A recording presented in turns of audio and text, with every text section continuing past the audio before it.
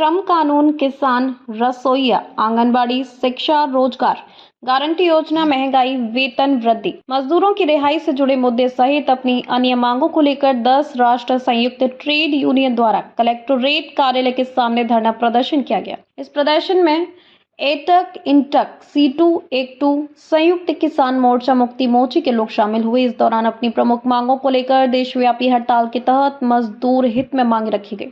Trade union के संयुक्त मंच द्वारा आयोजित धरना प्रदर्शन के दौरान विभिन्न क्षेत्रों में कार्यरत कर्मचारियों ने महंगाई पर रोक लगाने, मजदूर विरोधी श्रम कानून वापस लेने, किसानों के लिए समर्थन मूल्य वृद्धि करने, शासकीय विभागों में रिक्त पदों पर शीघ्र भर्ती प्रारंभ करने, असंगठित मजदूरों के लिए अखिल भारतीय वेतन निर्धारण बोर्ड बनाने नारेबाजी की।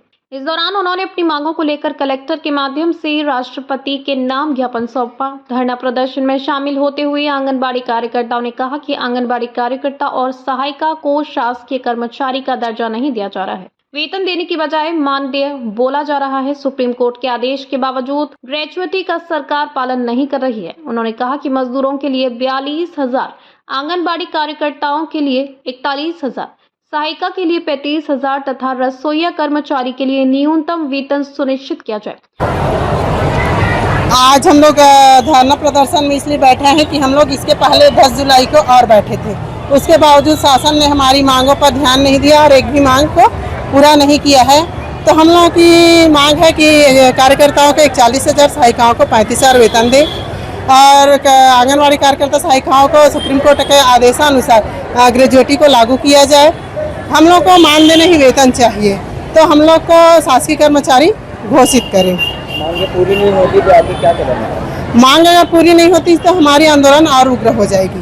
शुभ नाम होता है? मैं श्रीमती ईश्वरी साहू, राज्य अध्यक्ष सिटी यूनियन।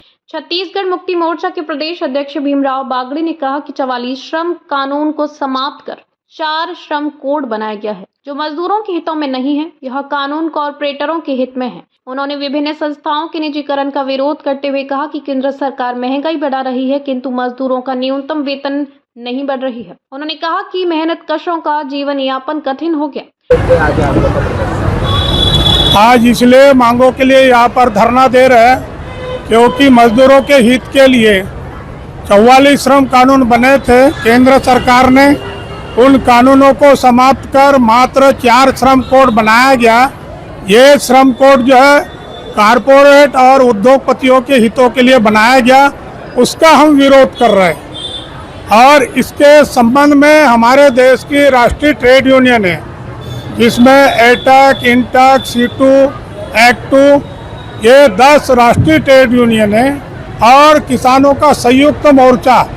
इन्होंने डिसीजन लिया कि सरकार जो है ये 4 श्रम कोड लागू करने जा रही, इसलिए देश भर में विरोध आंदोलन जो करना होगा, उसी के परिप्रेक्ष्य में आज हम संयुक्त रूप से इसमें आंगनबाड़ी, C2, एक्टू, छत्तीसगढ़ मुक्ति मोर्चा, किसान संघ के साथी सभी लोग इसमें जो शामिल है, बैंक, बीमा, पोस्ट ऑफिस, ये सभी जो शामिल है, अलग अलग जगह जो वो कर रहे हैं। आपकी मांगी पूरी नहीं होती तो आगे क्या करना? हमारा इस अवसर पर यह कहना है कि सरकार जो है दूसरे दलों को तोड़कर जो है परिसीमन जो है वो पास कराना चाह रही, और परिसीमन का मतलब है आने वाले 50 सालों तक भाजपा जो है सत्ता से कोई हटा नहीं सकता। इसलिए जो है दूसरे तरीके से सरकार ये परिसीमन जो ला रही, उसका हम जो विरोध कर रहे हैं। और इस अवसर पर हमारा ये कहना है कि शिक्षा का जो निजीकरण हो रहा है, इसलिए जो है युवा जो है सड़कों पर है, और वो युवाओं ने केंद्र सरकार को जो उन्होंने दिखा दिया है। शिक्षा मंत्री का भी इस्तीफा तो हुआ है, मगर उसकी जांच, जो लाठियां चलाई गई, प्लेट गन चलाई गई है, उसके बारे में जांच अभी बाकी है। और इसलिए हम इस मंच से गृह मंत्री के साथ जो है मोदी जी का भी इस्तीफा की हम जो मांग कर रहे हैं। मैं वो भीमराव बागड़े, अध्यक्ष छत्तीसगढ़ मुक्ति मोर्चा और एक्टू के राष्ट्रीय उपाध्यक्ष। राजनांदगांव से विजन टाइम्स न्यूज के लिए लोकेश रजक की रिपोर्ट।